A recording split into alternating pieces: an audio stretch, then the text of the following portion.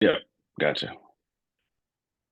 Okay. Kirby, thank you so much for joining us today. As we start, can you maybe talk a little bit about your current role and what's in your purview? Hi, thank you for having me. Yes, I'm Kirby Brown. I am the head of security and compliance at Turnitin. Hmm. Turnitin is a ed tech company that's focusing on ensuring the integrity of global education and Hmm. meaningfully improving outcomes for students around the world. Hmm. My purview is all things information security and compliance. Uh, that includes um, security operations, governance, risk, and compliance, as well as our security engineering function.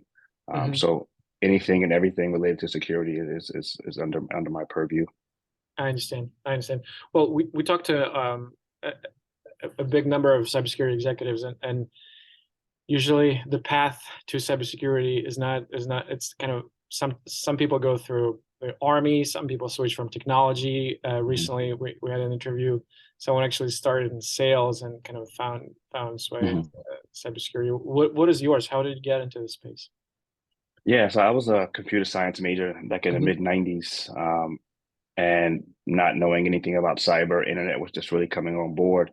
But I always thought that technology was going to be around for a while. You can Hmm. see that in the '90s that the PC and everyone was kind of going to a computing um, workforce. So I decided to go that route, Hmm. and I started out my first job at a telecom company doing Unix administration, Hmm. and that kind of got a little taste of security in there, whether it's doing the access controls and configuration on Sun Solaris. I was a Sun Solaris Hmm. certified administrator, I back remember then. those. Yeah. Then I got a chance to move on to another company where I began doing more firewall work and Hmm. checkpoint firewalls, and I got the checkpoint firewall certifications. And that was my first time I was actually really working within a security team there. And I decided then, as I really got more interested in it, I went and got my master's in information assurance from Hmm. Norwich University. There Hmm. was there's a ton of the programs now, but there wasn't that many back then that were doing masters in anything cybersecurity.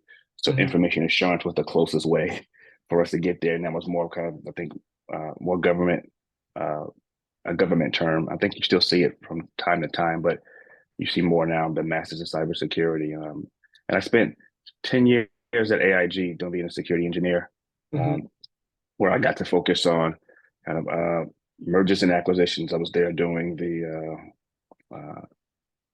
financial crisis, the housing crisis, and we had AIG broke up, had to break up with it and sell out of their company. So I was involved in a lot of that, dealing with third party risk. Hmm. And I got my first taste of leadership there as well. I would say it was a failed mission. I don't think I was a great leader.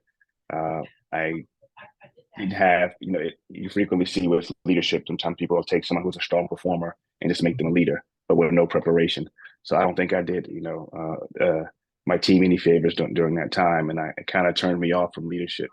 And I went back to being an individual contributor. Hmm. And around 2015, started getting my first taste of the cloud.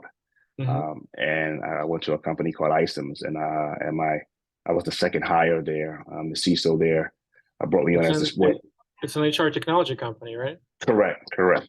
Yes, I spent 5 years there, but when I joined, we were 300 people, Hmm. um, and I was an individual contributor. We was a two-person department, me and the CISO, um, and there I kind of re-found my passion for leadership. Hmm. They did a great job of kind of preparing you for lead and talking about what leadership is. Hmm. And I had a very good example of someone to kind of lead me in that direction, and how to grow a team. So Hmm. after 5 years there, the team grew from 2 to 12 Hmm. people. So I was managing a set of 5 people there. I had the governance, risk, and compliance Hmm. team as well as the security engineering team.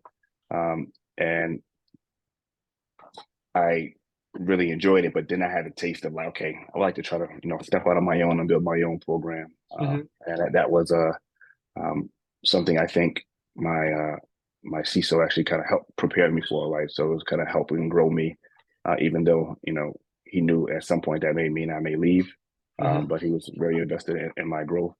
So I took a swing.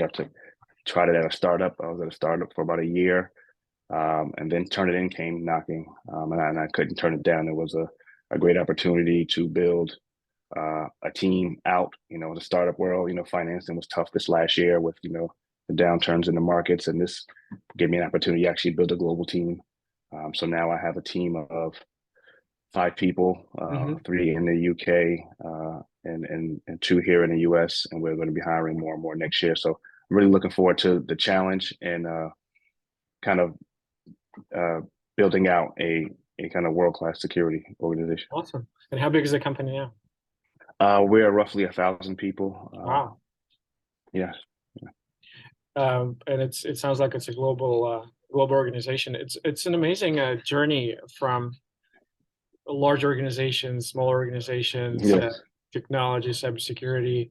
It's interesting because they say it's best to learn from someone else's mistakes, but Hmm. or kind of learning curves, right? But me personally, like Hmm. unless I learn on my own time, it's really hard kind of to absorb. But it's certainly it's important to learn from others, and I think Hmm.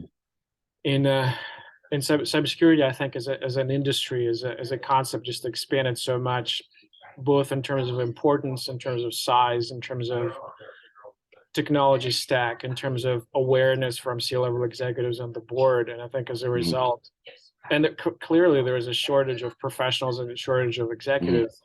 It seems like just judging by the number of open positions, I think what it creates a lot more awareness from maybe more junior professionals, Hmm. whether in technology or maybe even students who are just looking to make a career in cybersecurity.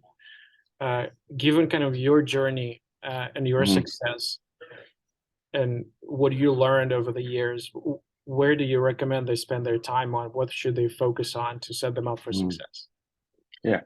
I always tell people when they ask me that question, I was, you know, folks trying to get in, you know, the concept of kind of demonstrated interest, right? You know, Mhm. what are you interested in doing? I have, you know, I'm part of an organization called Cybersity, and we're focused on helping minorities and underrepresented populations of women, people of color, get more into the cybersecurity field and grow. And sometimes I have a mentor, and you know, we talk about, you know, what do you want to do? Like, I'm in IT, I'm trying to get into cyber. How do I get there?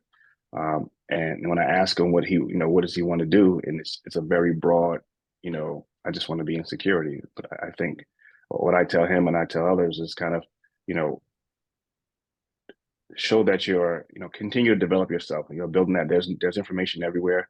There's no shortage of information, you know, whether it be YouTube, LinkedIn, you know, there's always places where you can learn more about Mhm. cyber. And given that this industry is always changing, you know, if you build up your expertise in one area, you may be more experienced than someone with 10 years in the game because they've been focused on a different area. I think it's Mhm. such a big pot, and there's many things in there that you can kind of jump in and grab and take hold of. But one area I recommend everyone, no matter what their interest is, whether it's GRC, you know, threat security operations or security engineering, I think you have to know the cloud. Um, you have to, you know, pick one: AWS, Azure, Google. Learn the concepts of cloud technology and cloud security. Mhm. I think that is something. I think maybe 4 or 5 years ago, when I was hiring at ISIMS, we had trouble finding anyone who had cloud experience. But now I think it's a lot easier. Everyone, you know, is more uh, in tune and understanding of the cloud. And I think things like AWS, you can play with yourself. You can play with the free tier. I think those are things that are invaluable.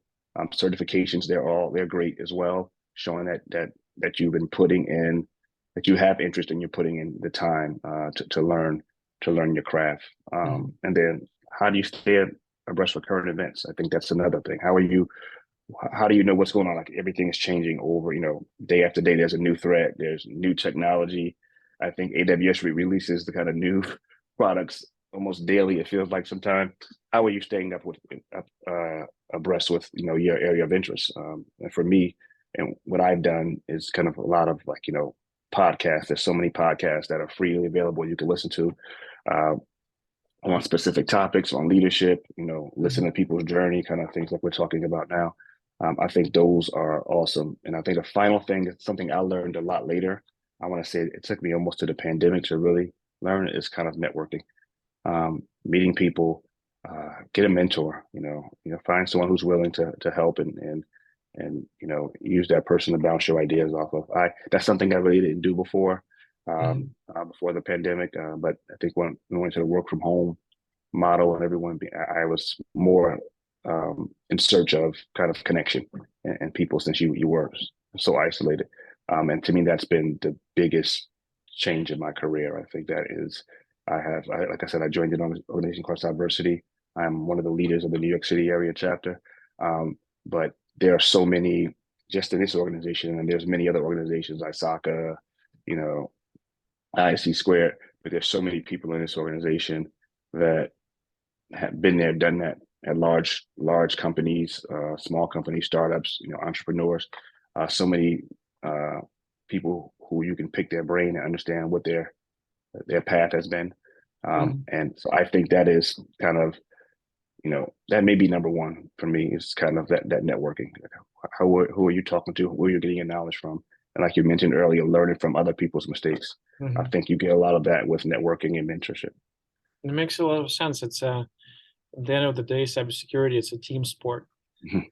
Uh, it's not being part of the network is certainly important, and also the cost of a mistake is fairly high. So Mhm.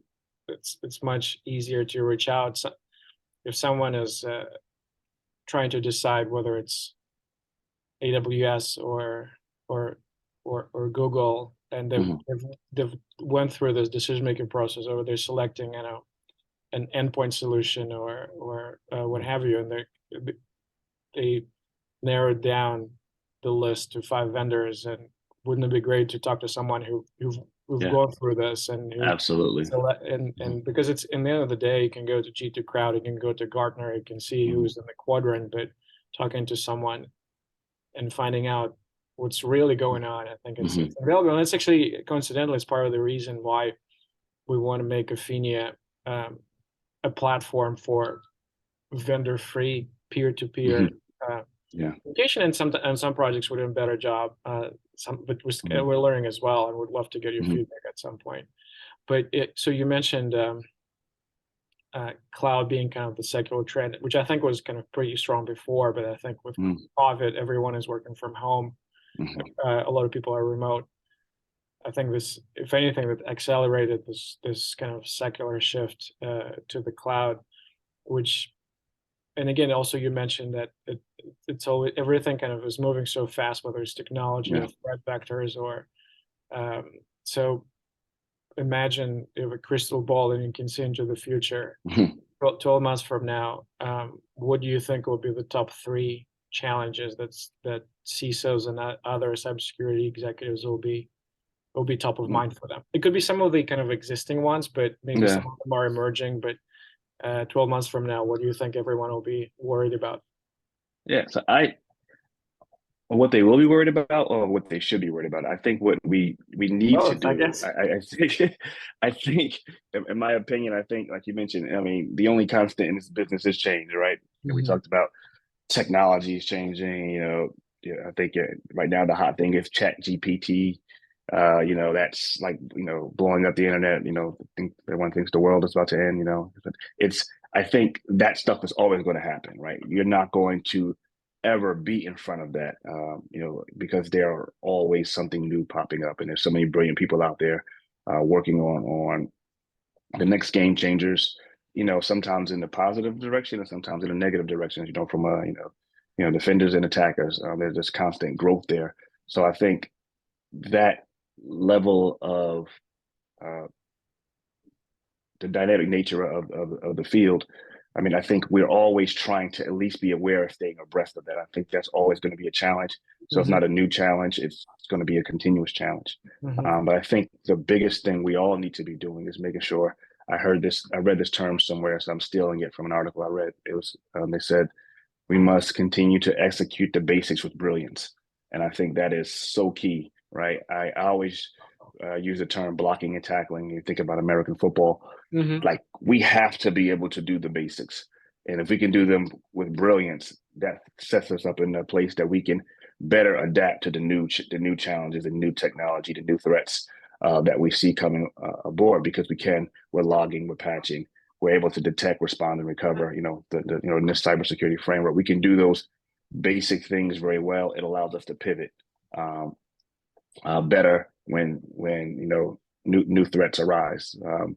I think like if those fundamental processes aren't sound, then they'll be the first one that fails. And you think about all these advanced type of attacks, they all kind of come back to basic things. Someone gave up their password, their credentials, their access was compromised. Someone clicked on something they shouldn't have clicked on. So that kind of continuing again. Someone didn't bother to install a patch. Yes, that one there too.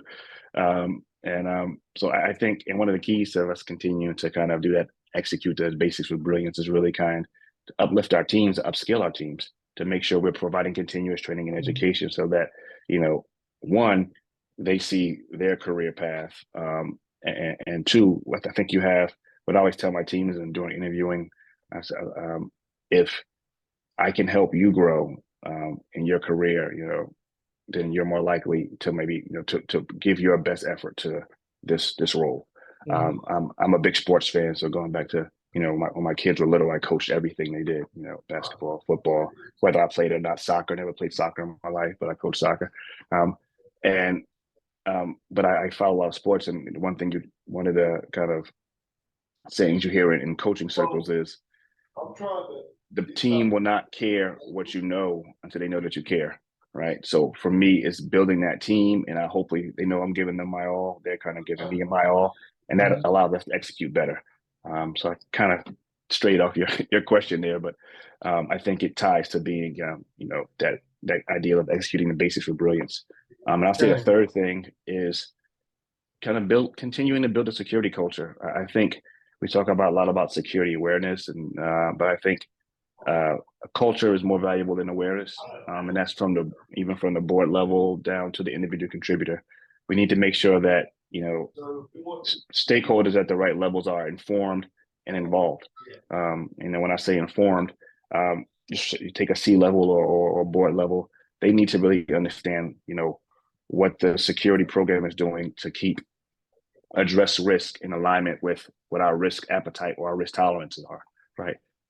What are we doing in that space? So when they hear about that latest threat, that latest, what's in the news, how do we make sure, again, we've been executing with basics with brilliance. We can take that back and say, hey, we're ready for this threat. We may have to pivot a little bit, but we are doing, again, the basics, right? We know that we're patched up to, certain levels. So we can pivot to make that change to protect us from that particular threat. And I think the second piece of that is kind of making sure they're involved. So what I'm doing this year is I'm trying to launch a security champions program here within Turnitin, so I can make use of the talent outside of my security team, to put forward, and take that talent and energy, and also use to help protect the organization. So not just from a governance perspective, I'm looking, did you patch? Did you fix this error in your code? How can you help us, better protect the organization? From the skill set you have, right? That may be different from what's on my team, right? I always think that the folks on the ground always know what's going on a lot more than, leadership, and then they'll see risk before you do.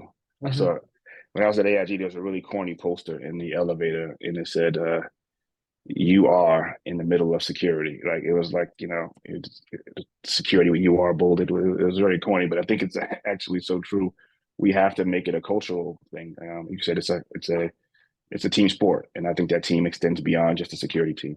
Exactly. And it actually makes a lot of sense, because in the end of the day, some of the people I talk to, they say, well, you can buy the most expensive tool on the market, but you can't upgrade the user if they don't know any better than to click on the link, that a suspicious link, or open an attachment that they really shouldn't.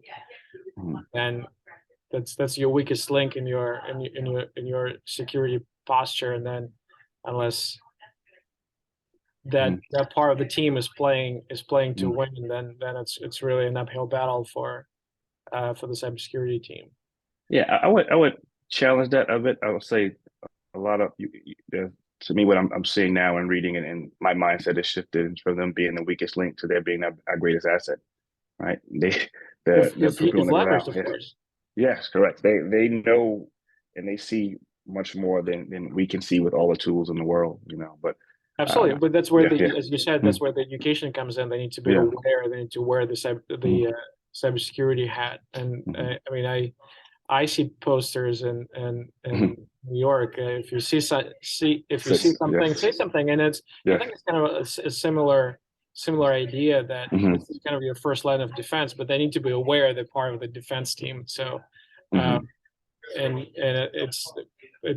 it's amazing that like this thinking that it's not just the 5 or 50 people in the cybersecurity team; it's the entire organization need to be thinking of what they see and how they protect the organization, because it's a lot easier to win this way at the end of the day. It's funny you mentioned in New York. If you see something, say something. I think that started around 9/11, and I use that in all my security awareness training when we talk about incident response and what everyone's responsibility is. And if you see something wrong, how do you report it? Right. Right. I use that exact word all the time. Right. When I was in I was in London when I first started here, we went to visit the team in London, not London, in England. We're in Newcastle, and they had a different one. It said see it, sort it, like solve it. Something it was very different, but it was very much the same thing. Like Right. if you see something, report it, and then we'll sort it. Something like that. It was very it made me laugh. So yeah. Right. No, it's like I think it's just juxtaposition of two images. I Yeah. think on the one side it's Yeah. the police officer with a Yeah. taser, with a Mhm. firearm and the cuffs armed with, Mhm. right? And on Yeah. the other side it's like a goofy looking tourist and Mhm. with eyes Yeah. and a cell phone. And it's also like Yeah. Yeah. it's the um, different toolbox, but Mhm. very capable of addressing the problem. Um, I want to ask for your advice, Kirby. I know Mhm. you mentioned that a big part of kind of your career growth is Mhm. being a part of the network, and Mhm. I'm sure you're part of various organizations, whether just industry focused or networking focused. Mhm. As we're trying to grow Afinia to be more meaningful, Mhm. um, we're focused on kind of fostering more peer-to-peer communication, really, and kind of Mhm. engagement, whether it's over email, whether it's on the Mhm. membership website, whether it's through the Slack channel we're just about to launch, or Mhm. face-to-face kind of happy hour, or various kind of networking events. There's a lot of different vectors that we can take this, and kind Mhm. of from your experience and from all the other organizations you're involved in, what do you recommend we double down on? What do you recommend? What format of this kind of Mhm. peer-to-peer communication we should focus on, you think? I think it should be a combination of that in person, event and the virtual, just so there's the folks in New Jersey. I saw you had an event in Texas recently. Mhm. So how do I engage with those folks as well? Those leaders over there, so I can learn and we can learn from each other.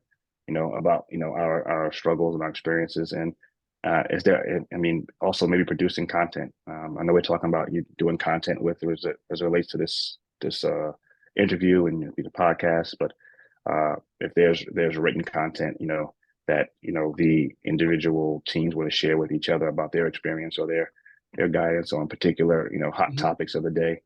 Um, and I know there's some organizations doing. I haven't joined them yet, so I can't speak to the validity of them. But they seem to be pretty doing well, like these clubhouse events where you're actually having live chats and talks Mhm. that you have the team maybe could join. So I think we have to take advantage of the virtual aspect. It's it was kind of forced upon us a bit, but I think it's also a great way for people across the globe to kind of to deal with each other and learn from Sure. each other.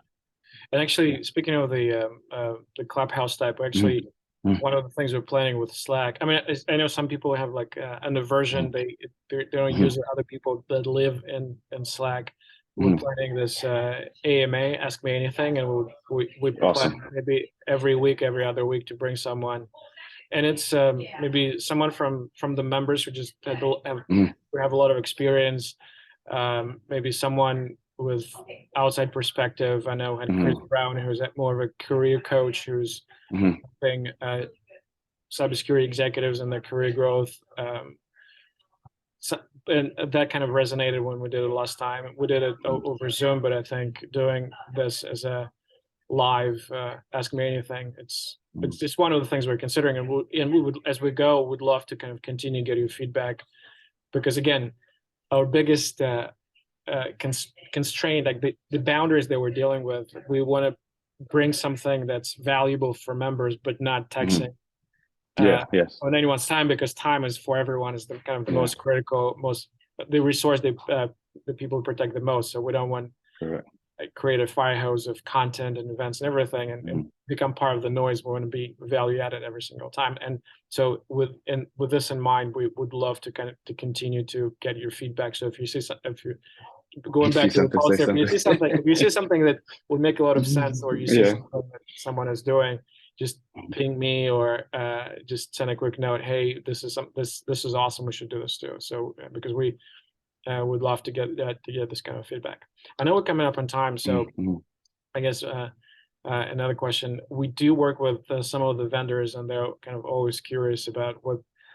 And so every time I bring the vendor topic, often I get almost a visceral reaction, like, oh, I get bombarded with emails. Oh, my phone is always on silent. Oh, so kind of with this in mind, if you kind of look back at last 6 months or 1 year, what without naming names, protecting data, I guess, what would be the example of a cybersecurity vendor where they really kicked the ball out of the park and went kind of above and beyond that surprised you in a positive way? And on the flip side, what are your pet peeves? What are the things that you just absolutely hate when vendors do? I'll start with the positive. I just a couple of weeks ago, I'm looking for a managed EDR vendor. I was looking at that space, and the vendor I went to had great recommendations from people I've met, like kind of the network that I've created, and then we found out we couldn't work together. Right, there was we were looking at some solutions that may have to live in GovCloud, and they didn't have the FedRAMP authorization, so they couldn't go into GovCloud to help support me with this solution. But they continued, we had follow-up calls even after that for them to kind of maybe they were giving me advice in terms of, different EDR solutions and other folks I should look at in the interim. They were really operating as a partner, even though I couldn't spend a dime, of money on their services. They, in my mind, they invested in the future. So if I come back and have a need again, they'll be the top of my list because I look at them as a partner, someone trying to help me do better, help me improve my program, and not someone only looking to sell me the next product, right? So they were investing in their future, but also helping me kind of get better right now. So I think that is, all the vendors want to say they're partnering with you, but I don't think they all do. And on the negative side, I think there's vendors who they're always upselling, always upselling, always upselling, and that is to me very discouraging. Is the kindest word I can say. I'm not a fan of that, and I tend to try to move away from them. If we can't finish one conversation before you're trying to sell me something new, and if I'm not showing any interest in it, and you're still pushing that on me. I think the example is that one of my colleagues, the same vendor, reached out and said, "Hey, what do you think about this technology?" And he responded and said, "Hey, we have this technology over here doing the same thing. I think we're good." And they still kind of came back with more details about this new product, not addressing the fact that we have something. I think you may even already sold us, maybe, but I'm not sure about that one. But I understand their job is to sell, so I have to be empathetic to that piece of it. But I think there's a way you go about doing things, and I think some of them are over aggressive in that space, and they need to have that empathy for us. We have to have empathy for them in their space. So Absolutely. Well, it sounds like it's really playing the long game versus short game, right? yeah, So absolutely. it's really, are you focusing on transaction or are you focusing on a relationship? And I think it's so commendable that someone who even though they know they will not close the deal in this quarter, they still they would go kind of above and beyond and just offer advice, help, perspective, even though nothing immediately is going to come. I think it's really Correct. it's really commendable that someone can be so kind of forward looking, focusing on the relationship, not just getting their commission, I guess. Yeah, That's yeah. awesome, Kurby. I know we're coming up on time, so as where can people find you? Are you on LinkedIn? Are you on Twitter? What's the Yes. best way to connect?